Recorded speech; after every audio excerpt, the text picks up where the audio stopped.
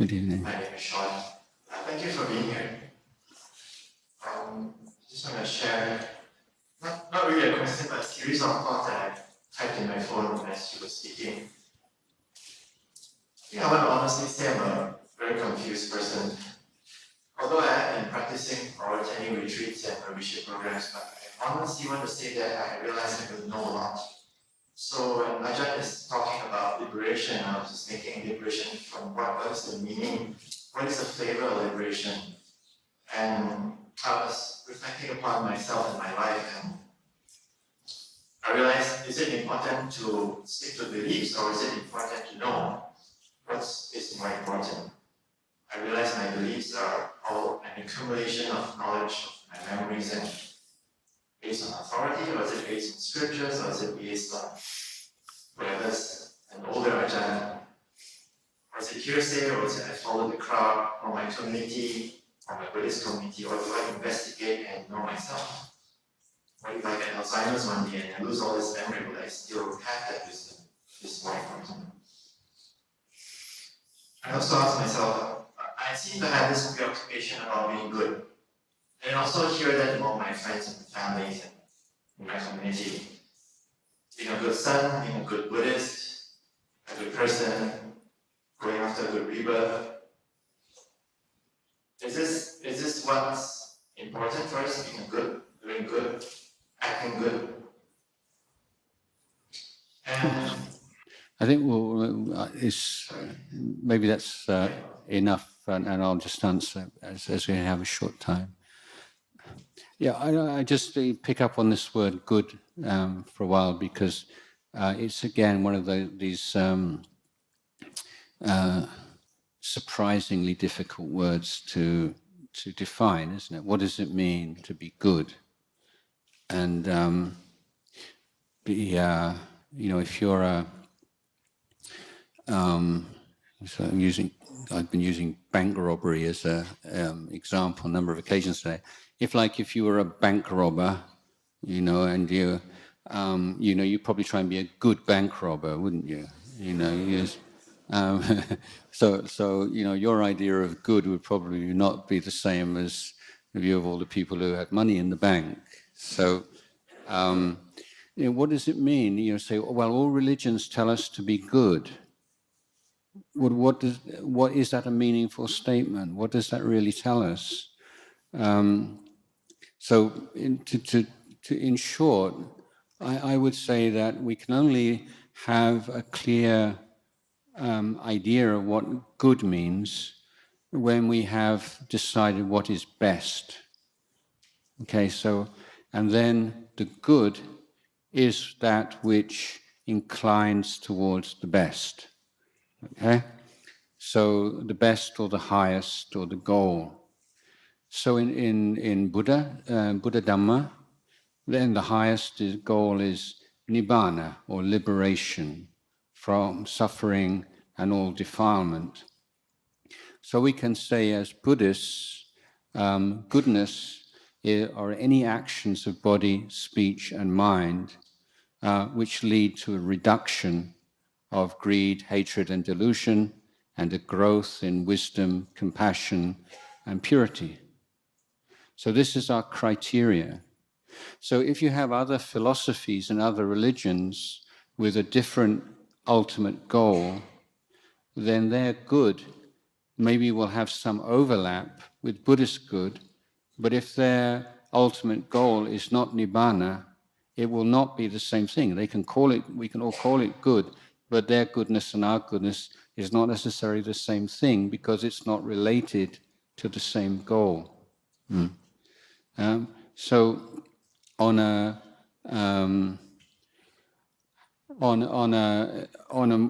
coming down a bit, so we are expected as what does it mean to be a good son? So that this is an intermediate goal, and then once we have our ideal, then we try to act in ways which are in harmony with that. But I think that in Buddhist psychology, we're always trying to move away from the sense of the person to the action. So for instance, one way of talking about difference between Eastern cultures and Western culture is the difference between a shame culture and a guilt culture. So like the West, very much guilt culture. It's very difficult for people from Asia to really understand the nature of guilt. If you speak with a Western person about it, it's kind of weird, kind of, it sounds like a mental disease, really. But to simplify this, because I did a bad thing, I'm a bad person. That's got the essence of it. I'm such a bad person. I'm so much worse than you know. Why? Because I did all these bad things. So this is the sense that bad actions mean bad person. But in the Buddhist, like you say, bad actions mean bad actions. There's no need to create this idea of a bad person and make it more complicated than it needs to be. Now this movement away from like nouns to verbs is really very much part of the path of wisdom. To give a secular example, and I think some of you may have heard. Forgive me, I can't remember the name of this scientist, but she's done a lot of research on the idea of being smart. So in one example, a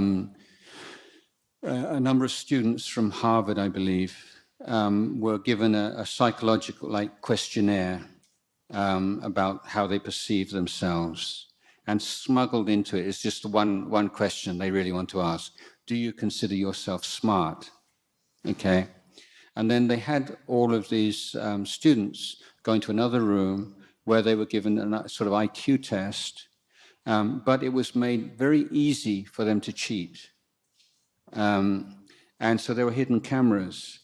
And so they wanted to see how many of these students cheated, and then to correlate it to whether or not they believe themselves to be smart. And there's a big correlation, a very clear correlation between students who believe themselves smart and the ones who cheated. You see, because once you take smartness or intelligence as a quality, as who you are, I'm a smart person, then all kinds of negative consequences arise. One is that testing becomes not just a test of your knowledge, it's a test of who you are. Test, are you really who you say you are? Are you really smart? Because if you're really smart, you should get good marks on this. So there's a lot of, anytime people who believe they're smart are tested, they have much more stress than people who don't feel that, because it's who they are. And so there's that much more temptation to cheat.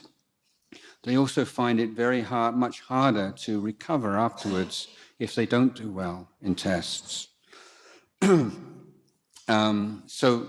Also, if you're very invested in smart, it reduces your creativity, because when you're creative endeavors, it may be 99 times wrong before you get one time you're right. So if you're invested in always being right, and being right as a proof of being smart, you don't want to take those kind of risks so much. So what this research pointed to is that when you praise children, for instance, you don't praise, oh, you're so smart, oh, you're so intelligent, and because this is actually not good for the child. But if you're very precise and you praise the child's effort, see? So it's an action, it's a verb rather than a state of being. Okay? So you say, oh, you must have put so much work into that. It's really, that's really paid off. So when a child is tested, it's a test of how much effort and how wise an effort is put into preparation. And if the child doesn't do well, then his conclusion is, I didn't put enough effort in, or I didn't put the right kind of effort in. So it's not having any impact on his sense, self-esteem or self-respect or self-image. So this is a kind of a roundabout answer to your question, isn't it? But the point being that it's not like to be a good person or a good Buddhist or a good this, but devoting yourself to good actions.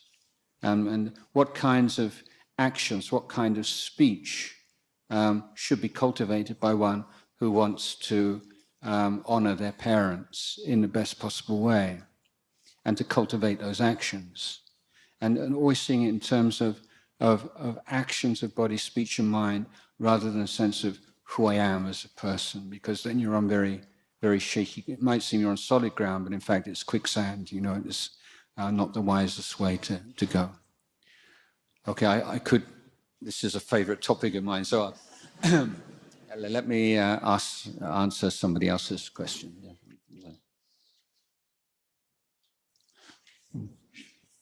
Good evening. Just now you mentioned about as we meditate, practice the Dhamma, the defilements become clearer. So as the defilements become clearer, and you notice it's getting more and more. So how do you contain it and how to deal with it so that you can really practice to get rid of the defilement one by one? How to stabilize it? Yes, in many ways it's a very simple and straightforward. You excuse me. You create a real interest and devotion and commitment to your meditation object. So you have to have that emotion, not just understand the technique. You have to create and sustain this real interest and commitment to it, what we call chanda or Dhamma chanda. And then every now and then, your mind will still wander, and you realize, and you just very gently but firmly put it down and come back. And it goes again, and you do the same. And at this point, the dangers are boredom, discouragement, all these things. So these are the second level defilements. So maybe you have indulging in some kind of memory or imagination. So that's one level of defilement. But then when you put it down, a sense of weariness and doubt, and is this really worth it? I'm just wasting my time.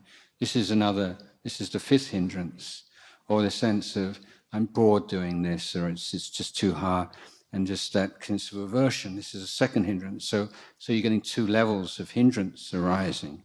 But if you say, yeah, it's okay, just put it down, come back, go down and come back, and the more you do it, the easier it becomes.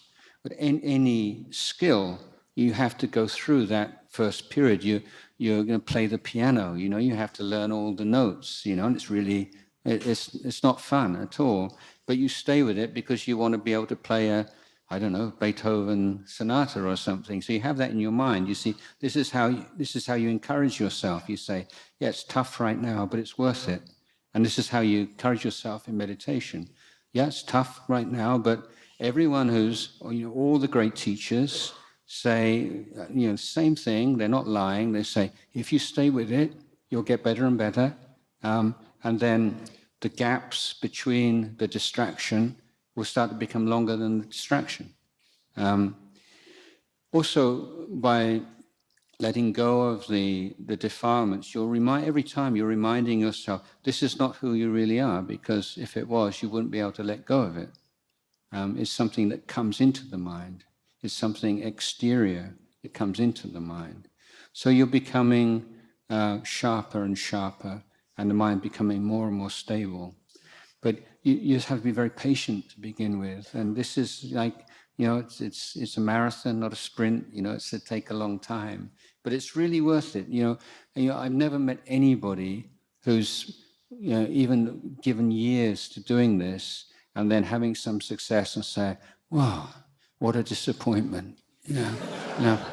It's not like, you see people say, yeah, I went all the way to Kathmandu, or I went on holiday here, and in the end, wow, it's all right, It's sort of like worldly things. This is very common, There's very few places you can go. I've been a lot of places, and there's very few places that are as good as the photographs, But But with meditation, you never hear that. I mean, it exceeds expectations rather than doesn't live up to them. So bear with it. That's basically it. So just one point I wanted to share with you, and I think this whole sense of the bridge. This is the kind of the holy grail, the bridge between formal meditation and mindfulness in daily life. And I think that the way to look at this is in terms of the four right efforts. Okay? So when you're meditating, what in terms of effort, what exactly are you doing? One, you're learning the skill of looking after your mind in such a way that the defilement can't take over your mind. But as that's you're not going to be very successful at that to begin with. So you need second effort is that when defilements do take over your mind, you know how to let go of them. Thirdly, you're trying to create and to bring and to instill in the mind the enlightenment factors, the seven bojjhangas. And fourthly, when these enlightenment factors of mindfulness and piti and so on have arisen, you're developing the skill to look after them and to develop them further. These are four right efforts. So in daily life, you're driving to work, or you're at work, or you're with family. How do you practice? When it's you can't be with your breath. So what do? Your practice is, how can I prevent defilements arising in my mind right now? So let's say when you drive to work, maybe you tend to get irritated with people who drive in a very selfish way or inconsiderate way. So this is your goal. Yeah, I'm going to drive to work and I'm going to try and look after my mind in such a way that I don't get irritated with people who drive in a selfish, careless way. So you can, in each different part of the day, your first intention is to look after your mind, and you say, yeah, this is the kind of defilement that usually comes up in this time of day, or in this. So how can I get through this time of day without that happening? Or in the occasions when it does happen, then how can I deal with it skillfully? So what are the wholesome qualities that I could try to develop? Oh, I've got to go into a meeting today, long meeting, and they just talk and they don't keep to the topic they're supposed to talk about, and they go on and on and on. So yeah, I'm going to develop patience. You see, so instead of being a real kind of torment, is and I can really develop patience. And you notice that maybe you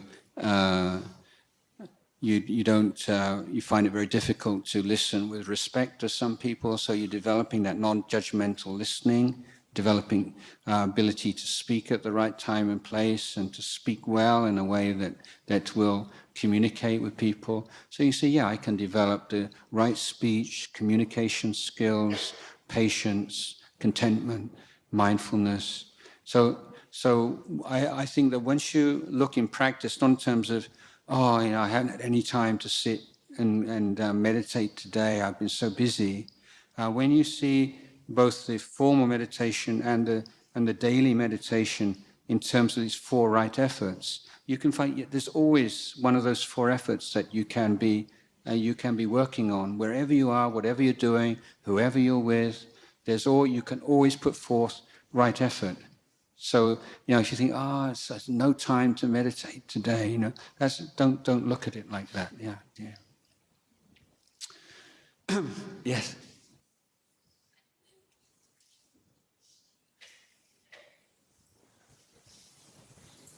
Ajahn, at the beginning of your talk, you talked about living in community and the attachment to view and conceit. Can you give us some advice on working with attachment with view and conceit?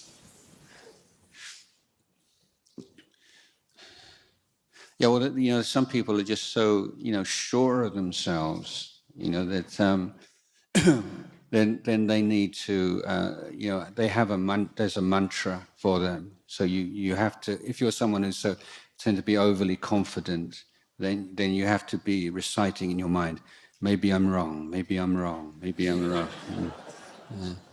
And if you're one of these kind of timid people, these don't dare say anything because you think probably people laugh at you. You say, maybe I'm right, maybe I'm right, maybe I'm right. And really, it's a good way of. If you're overly confident, it's good to go back into your past and try to mine it for occasions where you were really sure about something and you were wrong. And to have that as like something that you can bring to your mind, like an antidote when you feel you're getting very uptight about something. The thing with views is that when you become identified with them, just like I say, with being smart, it doesn't become a question of the view anymore. It's about you, and so often people hold on to views, even though intellectually they know that yes, but they just can't admit to it because it's saying something about themselves. They feel that that's an admission that they're wrong and they're mistaken and they're bad or something. So, taking up a view, and where does the view come from? As I say, this gentleman was saying, it's from information. Start off with information that you've heard, you've read, you've studied. But how can you be 100% sure that the information on which you base your view is accurate, is correct? Well, not 100%. You can't. And even if you are very confident that the information that you have is correct, can you be sure that it's all the information that you need? Because you look at the history of science, so you're really smart people, and they have a body of information which is conditioned by the technology available to them at the time, and they can create very good hypotheses based upon that information. But you get new technology, more information, and the theory has to change to accommodate the information. So it wasn't that they were incorrect. Given the amount of information that they had, that was a very intelligent hypothesis. But there's maybe, and so with science, we can't tell, as technology increases, then we're constantly having to rejig the theories and hypotheses to explain it.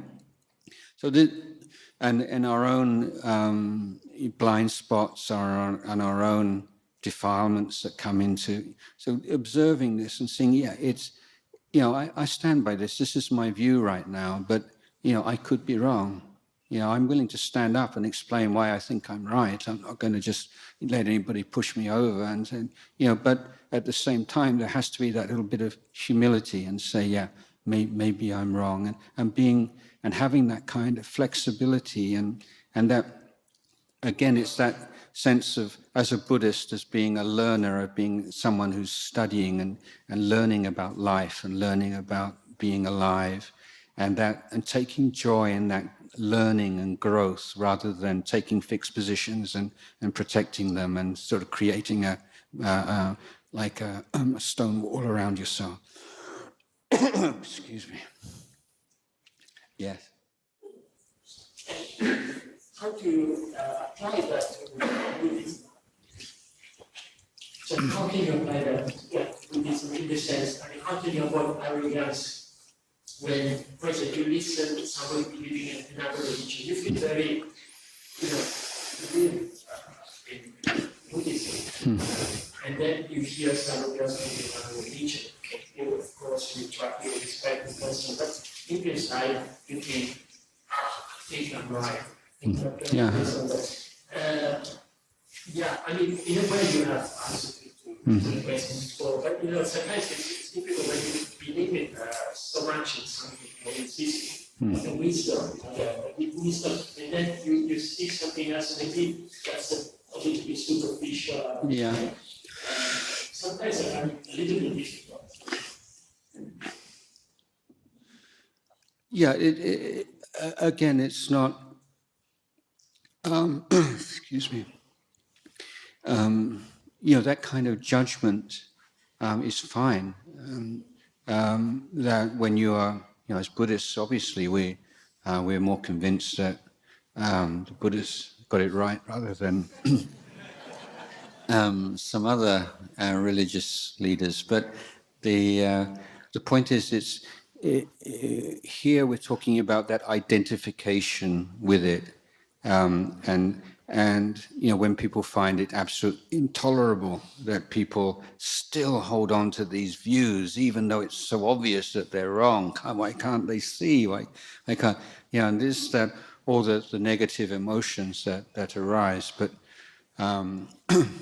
As Buddhists, when we see someone who has a very strong faith in something that we don't agree in, we don't have any concept of or idea of trying to convert them, and we don't want to say anything that would upset them.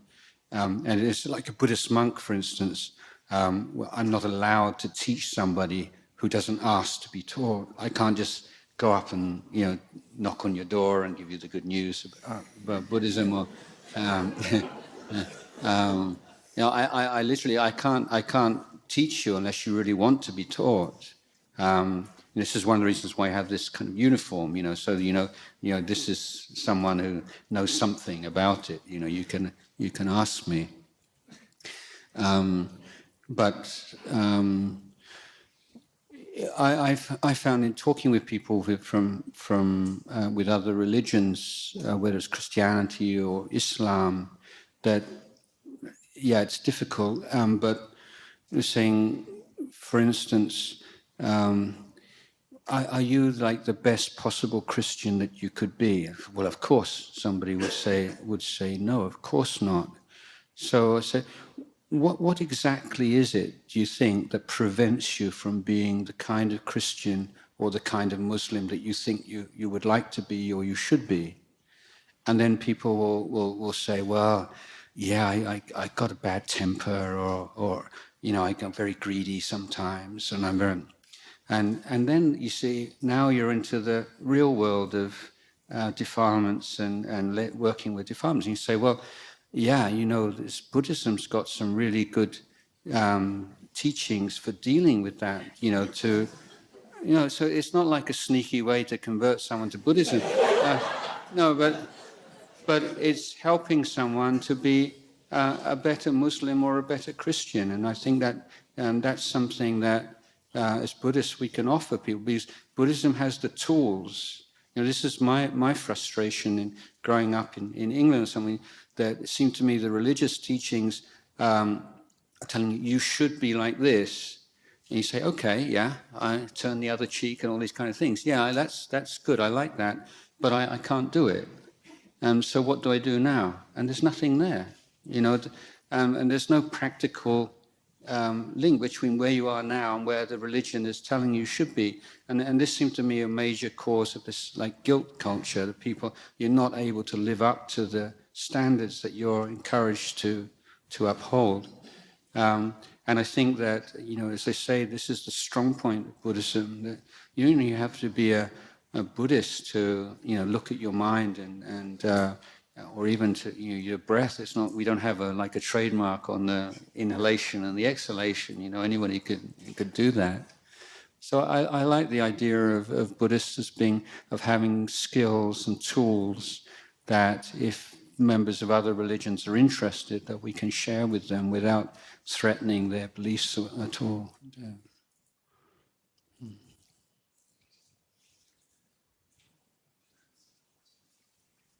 One more maybe before we go. I haven't been here for, was it 9 years? So I have one more. One more question? One more question. Yeah, yes. Fortunate one to ask a question. Anyone would like to ask a question? Well, maybe I represent. I think that some devotees always have the concern of helping the dearest people to us. The ones that we love are most our parents or spouses or children. So what is Ajahn advice for us to help the closest to us to understand Dhamma and also to follow the Dhamma's way? Well, number one thing not to do is to start giving them sermons about Buddhism. And actions speak louder than words, and if you are practicing Buddhism, and they can see that you are more peaceful than you used to be, you're kinder, you're more grounded, and just they see the positive effects that Buddhist teachings have upon you, then they're going to start becoming interested, at least a little, maybe not so much, but again, if they have some Buddhist background and they have some sympathy, then sometimes you can say, I heard some really profound thing today.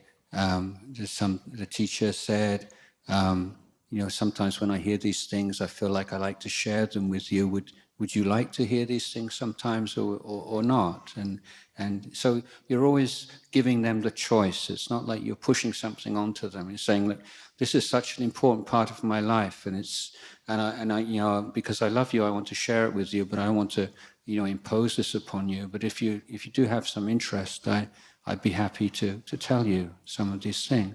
So very, very just gently, slowly, with great respect. And if someone's not open, then that's all right too. And sometimes it takes some time. Maybe I'll just tell you this story. It's a true story. I have a student of mine, a monk who is now living in Germany, and so I visit him sometimes as I'm kind of the advisor to his monastery. So he has a very good study program, sutta study program. He has meditation retreats. So at the end of my visit, he said, is there anything that you would suggest that we need to change or develop? Or no, I said, no, I think your study program is very good, your meditation retreats very good. But what I would like you to introduce to your students is teachings on filial piety, and try to encourage them to give more attention and care to their parents. So he said, "Oh, dear Ajahn, that's a tough one, This is Germany, yeah." So anyway, I said, "Well, see what you can do." And some few months later, he wrote back. He phoned me, and we were having this. He said, "I had my first success. I do take on board what you tell me." So one of his closest disciples, a young woman, she heard that I made this request, and so she took it seriously. Her parents weren't married when she was born, and it was not an intentional pregnancy, and parents were both young, and the husband particularly felt very resentful and angry and feeling like pinned down now with a young wife and kid. So sort of an old story. But things escalated, and when she was a baby, father went out, got drunk, came back in a rage, went in and picked up the baby and started to choke her. He's going to kill his own baby. And the wife came in, fortunately in time, and screamed and fought him off. And the baby was left in the cot, and the husband disappeared, and that was the end of their relationship. And she never met her father ever again after that. Never knew her father. So she's the one who decided to get in touch with her father, who almost killed her when she was a baby. And so she did. She Googled and tried to find out where he was and whether he was still in the city. And eventually she got an email address and wrote to him and said, I'm your daughter, and I wonder whether you would be interested in some correspondence. They started to correspond, and this increased over some time. And then it progressed to telephone conversations, and every Sunday they would have a telephone conversation which got longer and longer. And then one day she said, we talk about this kind of very, we have good conversations, don't we? But it's kind of a little bit, I wonder whether you'd be interested in having kind of a theme, we could talk about, so your theme, yeah? Yeah, all right. What do you want to? Well, this theme is called the Five Precepts. It's, so I thought we could talk about like one a week. Would you? He said, yeah, okay, why not? So she started teaching the Five Precepts one a week, and eventually they got together and had a meal together, and finally he's going to take her to the monastery. She's going to and by this time his life had changed, and he'd become quite a successful businessman in building supply company. And he got to the monastery, and they're doing some renovations. He said, what are they using? That's really low quality. Yeah, I'll see to this. And so he volunteered to help with the renovation of the monastery. And this young woman's mother is also a disciple of the monastery. And so the husband and the father met the mother for the first time at the monastery, and she forgave him, and they get on quite well. And so, yeah, that's the story of German filial piety. Yeah, so I think quite.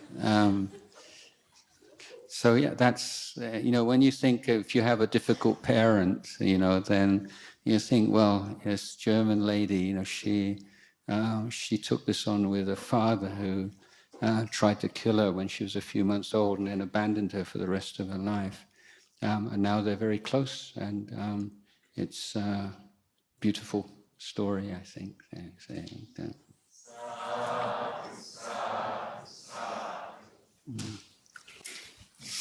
Ajahn, for that very inspiring evening. I'm sure many of us are beyond words in terms of gratitude and appreciation. Just a show of hands, how many people feel happier having attended this session? Very good Buddhist. That's the definition of goodness, leaning towards what is the best. And I think tonight we had one of the best, one of the clearest talks on Dhamma for a long time. It is profound, it is in its simplicity. Dhamma need not be very complicated or sounds very sophisticated. It could be as simple as what Ajahn gave us, the practice of sila or morality. Is Mahatma, is the great gift towards the world. The world is lacking in safety. And if we just give our precepts as the basis of practice, not only we give the world safety, but we ourselves feel very confident and safe. And in it is the seeds of wisdom and insight into Dhamma. So I think we are all very thankful, Ajahn, and we hope that he will come back more often to give us this kind of illuminating teachings that we need. We also wish Ajahn advance birthday, happy birthday in advance, and hope you enjoy the special gift that you are going to give yourself. And I think in Malaysia and throughout Singapore, Thailand, everywhere, where your followers and disciples are, they are also wishing for your happiness, for your success, for your well-being, for your safety, Ajahn. Because you are very important to many people, including all of us here at Nalanda. The Buddha once said, "Tulaku purisa charamu naso sabata jayati." Etaso chayati tiro tankuyam sukha midanti. A person who is wise and well practiced, they are not born in every family. I don't know about your family. My family we don't have wise, not yet. They are not even born in every village or even every other province. But wherever a wise person is born, that community thrives happily. They are joyful, they are peaceful, they are purposeful. And Ajahn coming to Nalanda for many times. I know it's a very great honor because once one of the Kapiyan that followed Ajahn to Nalanda told me in private, he said, Ajahn seldom travel to the same country twice. What more to the same center twice? But we have done this greater honor and greater service than coming twice, Ajahn. And we hope we can come back again and again and again. Tonight also I'd like to thank everyone for being here, not least our friends from Thailand and also Singapore. We've just driven up and tomorrow morning early they are leaving with Ajahn to Singapore. So for your friends and relatives in Singapore, please let them know. I suppose there are sessions in Singapore, Ajahn, teaching sessions you can find out from the social media. And similarly, you can find out about the teachings here at Nalanda Center from social media, from the Nalanda Facebook, or from Nalanda website, or better still to sign up as one of the recipients of the weekly email updates. You can do so on our website on the main page itself. This month being the Sangha month, from the 7th of November to the 7th of December, we have actually many illustrious teachers, monks and nuns, coming here to give teachings.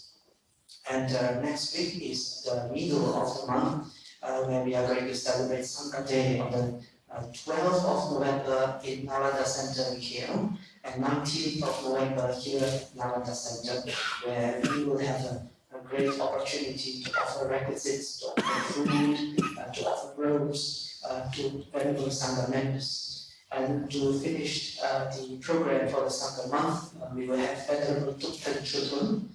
Many of you may have heard of her. She's a famous teacher and author as well.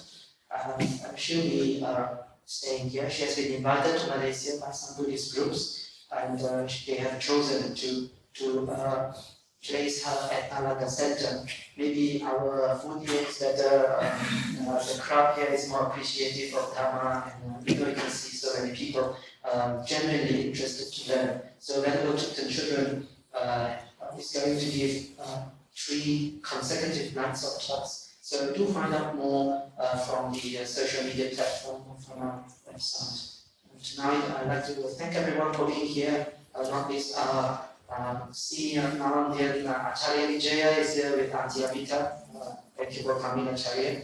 And also we have Acharya Siamchan and family is also here, thank you. And for all of you who have braved the rain, the traffic, and Friday, thank goodness it's Friday, because we can all listen to Dhamma with a lot of relaxed mind, relaxed body. So with this, we'd like to again thank everyone, and especially to thank Kamatan for gracing Malaysia, and also to thank those who have invited Kamatan to Malaysia. This time, Kamatan didn't come at Nalanda's invitation. Not that we didn't want to invite Kanachan. I invited Kanachan many times.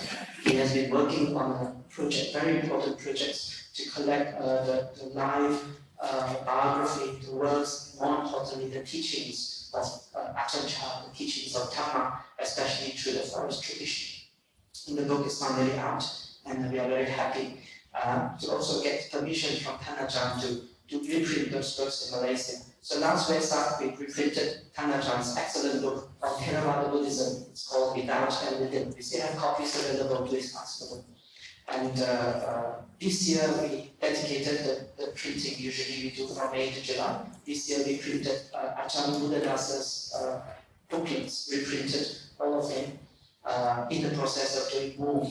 But next year we have gotten permission from Ajahn Jayasaro to print some of his works, and probably also to compile some of his longhand writings, some of the very good sayings, good sayings, for the benefit of Malaysian Singaporeans as well as Buddhists throughout the world. And we're also going to do some of the translations hopefully, because one of Ajahn is a very strong feeling is to help the growing Buddhist community in India, and we have been tasked with doing that as well. And Nalanda has been doing faithfully over the years, and we have started some programs, and some of the books we hope to get to be translated into local Indian languages and vernacular, and to be distributed freely through India. So these and many more. So I invite everyone to come and join this burgeoning community as well as the movement. You can see in Malaysia there's a lot of interest. You can see around a lot of young faces.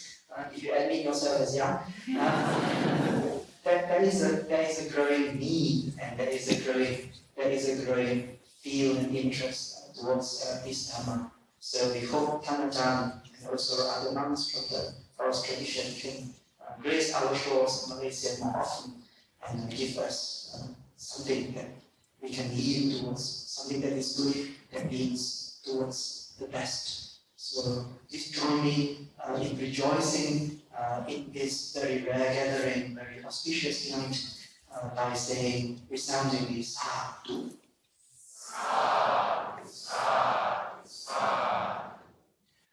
I'd like to invite Ajahn to give a blessing for everyone.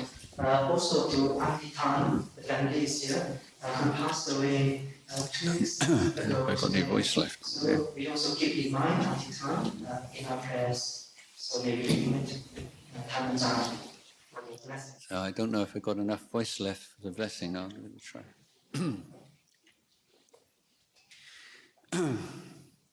Yatha varivaha pura paripurenti sagarang evamevaito thinnang petanang upakapate ichitang matitang dumhang kipamiwa samiccato sapphe porentu sankapa Janto pannaraso yatha manichotiraso yatha sabhitiyo vivachanto sabharoko vinasato mate movatvantarayo sukhi thikayuko bhava abhivadanasīlissa nityang uddhapacayino Jataro Dhamma Vadhanti Ayu Vanno Sukhang Phalang.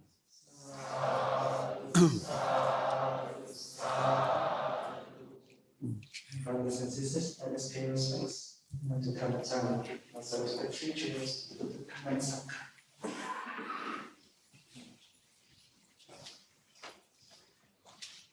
Buddhang Vandhami Bhante Dhammang Vandhami Bhante Sanghang Vandhami Bhante